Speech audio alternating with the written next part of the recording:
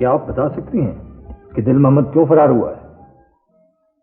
वो फरार नहीं हुआ, हमारा आपस का कोई मामला है। खातून, पता तो लगे आपका आपस का क्या मामला है? किसी घरेलू बात पर रंजिश हुई है। आपके ख्याल में वो इस वक्त कहाँ हो सकता है? मैं यहाँ कैद में हूँ, कैसे बता सकती हूँ?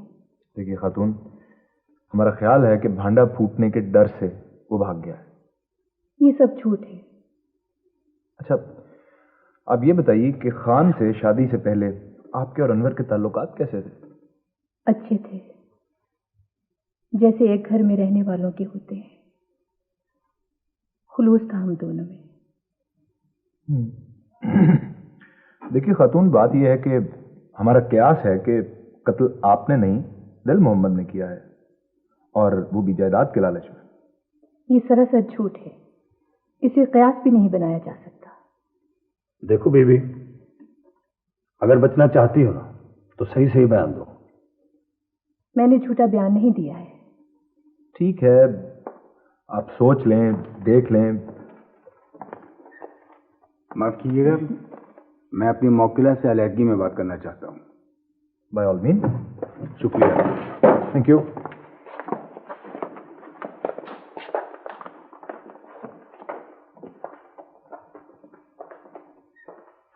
दिल मोहम्मद साहब आए थे, वो पेश होना चाहते हैं। कोई जरूरत नहीं है। किस लिए? जब वो मुजरिम नहीं है। वो आपको अकेला छोड़ना नहीं चाहते। मुझे किसी की जरूरत नहीं है, मैं अपना केस अकेले लड़ सकती हूँ। ठीक है, मैं जमानत के लिए जा रहा हूँ। अच्छा, कल उनसे कहना घर पे रहे, मैं फोन करूंगा। Okay okay, bye bye.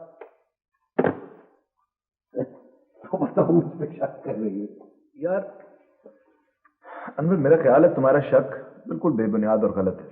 कौन से, क्या मतलब शक? अरे भाई, अच्छा वो, क्या मतलब है तुम्हारा वो शक? देखो भाई, वो बहुत कॉन्फिडेंट है और मेरा तो ख्याल है वो इनोसेंट है।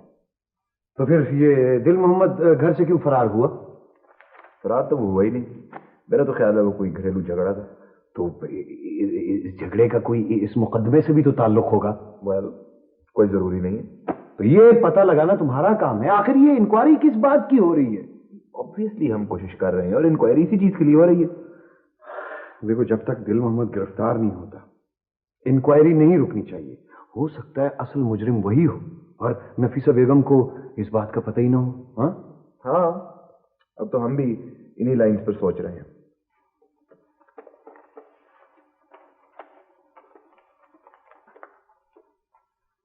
क्या कहती हो वकील साहब? वो चाहती हैं कभी आप पेश ना हो, वरना पेचीदगियां पैदा होंगी। पेश ना हो? वकील साहब, जो पेश ना हुआ तो शक तो और पक्का हो जाएगा। देखिए, उनको मजीद रिमांड नहीं मिल सकता। मैं जमानत करा लूंगा, उसके बाद जो आप लोगों की मर्जी हो। और क्या कहती है? और तो वो कुछ नहीं कहती, ज्यादातर खामोशी रहती है। खामोश रहती है। वैसे वो काफी पूरे एतमाद हैं। वकील साहब, आपने मेरी सारी बातें उससे की थी? जी हाँ, मैंने सब कुछ बता दिया। आप बिल्कुल फिक्र ना करें, सब काम ठीक हो रहा है। आप, अगर आपको मेरी जरूरत पड़े तो इस पते पर मुझे मिले। देखो, तुम्हें मेरे बाप की बेवे बनकर रहना चाहिए था। तुमने हमारी खानदानी रिवायत को तोड़ा है और मैं ये बर्दाश्त नहीं कर सकता। क्या समझ रखा है मुझे? मैं तुम्हारे बाप की कनीज हूं? खरीदा हुआ था उसने मुझे। क्या हक है मरने के बाद उसका मुझ पर? मैं बांदी बनकर रहूं? ये कहां का इंसाफ है?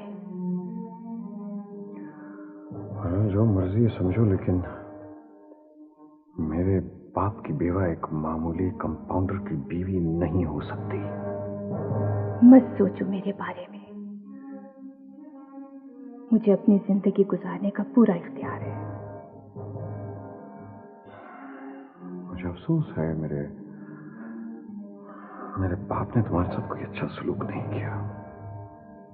उसने किसी के साथ भी अच्छा सलूक नहीं किया। लेकिन लेकिन इसके बावजूद मैं तुम्हारा नाम किसी और के साथ नहीं देख सकता। मैं किसी की जागीर नहीं हूं। मत सोचो मेरे बारे में। मुझ पर हक जताने की कोई जरूरत नहीं। ये हक अपनी बीवी पर जाकर जताओ।